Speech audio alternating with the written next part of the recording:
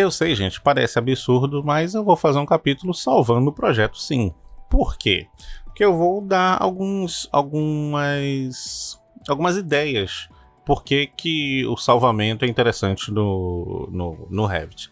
Na verdade, é o seguinte, eu tenho que falar, eu sempre digo isso, né? Eu tenho que falar as coisas boas do Revit, né? Eu gosto muito do Revit, adoro trabalhar com o seu programa, mas eu tenho que falar as coisas boas e falar as coisas não tão boas, né? Por exemplo, no CAD, né? Quando você está fazendo um projeto, tal, ele, de 5 em 5 minutos, de 10 em 10 minutos, ele faz um salvamento automático. O Revit não faz salvamento automático. Não faz. Então, qual é o problema? Por que ele não faz o salvamento automático? Simplesmente porque o Revit é um programa muito pesado. Ele é um programa muito pesado. E algumas funções exigem muito do processador. Então, o risco de dar crash, de dar travamento, no momento em que você está fazendo um procedimento, é muito grande. Como, por exemplo, no próprio AutoCAD, quando tem um travamento muito grave, principalmente quando a gente faz achuras no CAD, o travamento é quase certo. Ainda mais quando você tem uma achura demora muito de ser feita, de ser colocada, e passa o tempo de gravação. Então ele está tentando fazer a achura e gravando e salvando o arquivo. Tentando fazer a achura e salvando o arquivo. E isso pode dar um problema e danificar o programa. Perdão, danificar o seu arquivo. Então, o que o Revit faz? Ele te avisa de tanto em tanto tempo para que você salve manualmente o seu arquivo, tá ok? Então o que nós vamos fazer aqui agora? Eu vou clicar Ctrl S ou salvar no disquetezinho aqui ou arquivo salvar. Bom, eu vou criar uma pasta, né, para o meu arquivo. Vocês podem fazer do jeito que vocês acharem melhor. E eu vou nomear o meu arquivo. Tá como projeto 1, porque a gente não fez nenhum salvamento. Vou chamar o meu arquivo de Revit Essencial 2022. Pronto. Vamos lá. Mais um detalhe agora. O que eu vou fazer? Aqui na área de opções, eu vou dar um clique nela. E aqui eu tenho aqui, ó, número máximo de backups. Espera aí, Caio. Poxa, você acabou de dizer que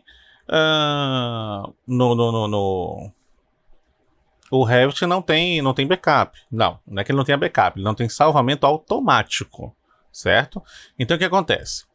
Aqui ele coloca assim, ó, número máximo de backups, 20. Eu geralmente coloco 3, tá? No meu desenho. Mas o que é esse número de backups? O que acontece? Toda vez que você faz um salvamento, toda vez que você clica no Ctrl S, ele cria o arquivo original mais uma cópia. Então você tem o arquivo original, por exemplo, Revit Essencial 2022.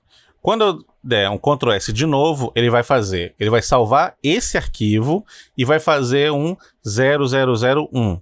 Pronto. Depois, fiz mais alguma coisa, salvei. Ele salva o meu arquivo original mais o 002. Salvei de novo, salva o original mais o 003. O seu arquivo final continua sendo o nome sem a numeração, tá? Sem o 001, 2 ou 3, ok?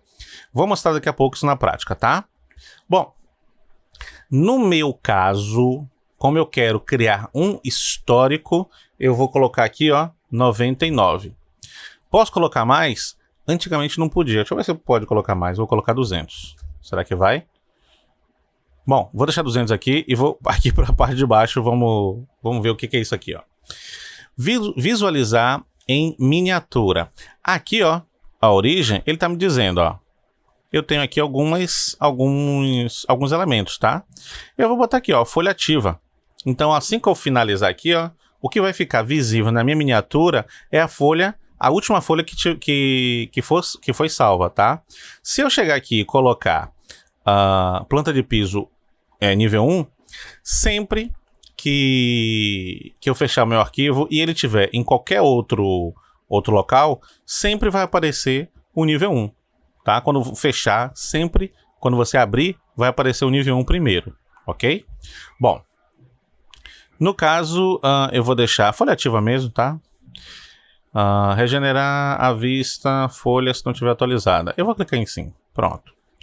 Vou dar um clique no ok e... Olha, foi. Antes não podia, tá, gente? Só ia até 99. Eu fiz o teste aqui agora. Eu não sei até onde vai. Eu vou deixar 200 mesmo. Vou dar um ok e prontinho e salvar. Vocês estão vendo que o último arquivo salvo foi esse, ok? Vou fazer qualquer coisa. Vou pegar ele aqui e vou elevar aqui. Vou mover mais um pouquinho e vou deixar assim, pronto. Tal. E Ctrl S. O que aconteceu? Ele salvou meu arquivo original mais uma cópia. Deixa eu colocar assim, pronto. Fez meu arquivo original mais uma cópia. Daí eu fui e fiz mais outras coisas. Venho aqui, mudo de novo de posição, mudo de posição também, mudo de novo e pronto. Sei lá, só fiz algumas alterações. Ctrl S de novo. Daí eu venho, coloco ele no local de novo. Pronto, deixa ele linkadinho aqui. Ih, não linkou. Vou pegar aqui, ó. Aqui eu linko aqui. E aqui eu vou linkar ele aqui. Pronto, beleza. Ctrl S de novo. E aí eu venho e mudo para 4 metros. Pronto. Só para mostrar como estava antes. E vou deixar aqui. ZX, Ctrl S. O que aconteceu com esses vários salvamentos que eu fiz aí agora? Ele fez várias cópias, tá? Qual é a cópia que eu tenho que abrir? Essa aqui, tá? Essas outras cópias, elas só vão ser necessárias caso essa primeira cópia aqui tiver dado algum erro, ter dado algum problema, certo? Então, essas cópias aqui não vão me servir de nada, não precisa. Elas não são necessárias. Claro, eu sugiro que vocês deixem guardadas pelo menos umas 2 ou 3, simplesmente para que o seu arquivo, né, se der algum problema no seu arquivo, ou você perder, ou sei lá, deu algum problema, deixa esses backups salvos para que você possa ter alguma garantia aí, tá? Bom, falando de salvamento, vamos voltar lá para o nosso arquivo. Falando agora de salvamento, qual é o maior problema do Revit? Isso a gente precisa falar sobre isso mesmo. Seguinte, no CAD, ou na maioria dos programas, né? Na maioria dos programas que a gente conhece, quando eu tenho um arquivo, eu salvei um arquivo na versão, sei lá, na versão 2. Daí, eu peguei esse arquivo, peguei ele e salvei ele na minha versão 5, tá? Beleza, aí eu quero chegar e devolver para o meu colega, só que o meu colega só tem a versão 2. O que eu vou fazer? Vou pegar no meu programa, salvar como, e pegar aquele arquivo e colocar na versão anterior, né, na mais anterior possível, para que ele possa abrir, certo? A gente faz isso no CAD, né, o arquivo está salvo lá em 2010, 2012, 2020, e aí eu tenho que voltar, porque o cara só tem a versão anterior. Então eu tenho que fazer salvamento para a versão anterior. Infelizmente o Revit não faz isso. Ou seja, se você está trabalhando na versão 2022, você não pode abrir o arquivo na versão 2021. Não pode, tá? Eu não posso. Fiz o meu trabalho aqui na versão 2022. Quero mandar para o meu colega para ele fazer alguns detalhes, só para mostrar para ele. Ele só tem a versão 2021, ele só não vai poder abrir o arquivo. O arquivo nem abre, tá? E tem mais outro problema. Se o seu colega trabalhou na versão 2020, 19, 21, trabalhou na versão, mandou para você o arquivo, você abriu o arquivo, não tem problema. Você pode abrir, visualizar e fechar. Não tem problema. Se você abrir e salvar, pronto. Esse arquivo não vai ser mais aberto por arquivos, por programas, por versões anteriores, ok? Algumas pessoas vão falar para você: ah, mas o Revit abre versões anteriores. É só salvar ele de um jeito lá que ele vai salvar na versão anterior. Bom, na verdade não é bem isso que acontece. O que vai acontecer é você salvar ele num formato que ele possa ser lido. Só que os objetos, eles meio que perdem as funções do Revit, certo? Ele não é um arquivo totalmente do Revit. Então, esse é um pequeno problema que acontece, tá? Você vai poder manipular os objetos. Esse arquivo que eu estou falando é o arquivo IFC.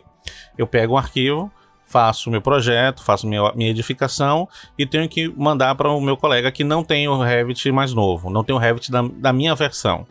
Eu vou ter que transformar esse arquivo em IFC e ele vai poder visualizar esse arquivo na casa dele.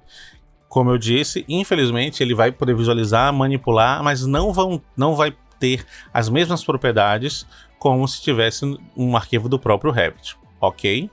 Bom, é uma solução? É uma solução, mas continuo a dizer que não é um arquivo próprio do Revit. Ele transformou aquele arquivo para que ele possa ser aberto, ok?